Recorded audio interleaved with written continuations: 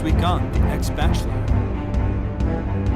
So yes, I used to be a bachelor. So I had this amazing one-on-one date last night with Marty, and I dated quite a few ladies in my time. I had a long day and came back, and there she was. She surprised me.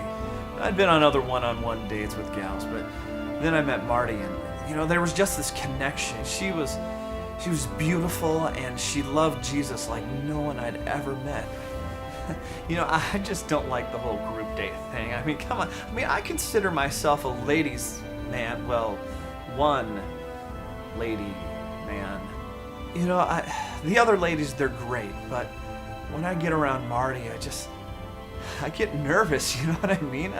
When I'm around her, I want to take care. I want to impress her. We did the usual routine, dinner and things, and then we went downstairs and we just sat together, and we really made a connection. I mean, her faith was just so attractive to me. So on one of our first big one-on-one dates, it was the most incredible experience I'd ever been on.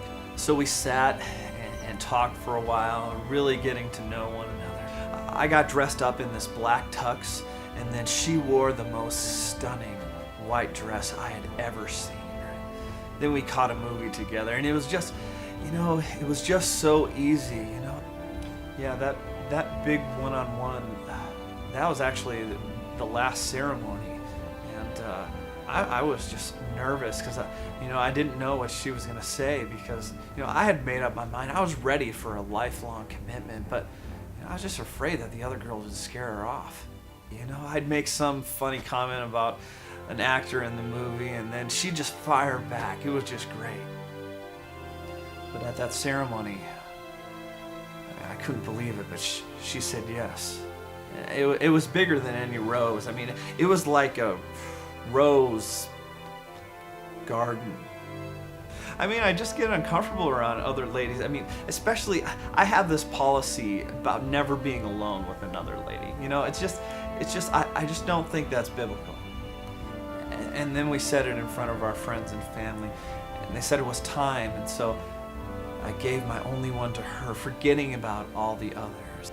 So after our movie, I thanked her and said, I'm in this for the long haul. It meant so much to me after a long day of work, to come home and find out that she got out of work to make dinner. And so as I put the kids to bed and she cleaned up, all I was looking forward to was just spending a night, a couch date with my wife.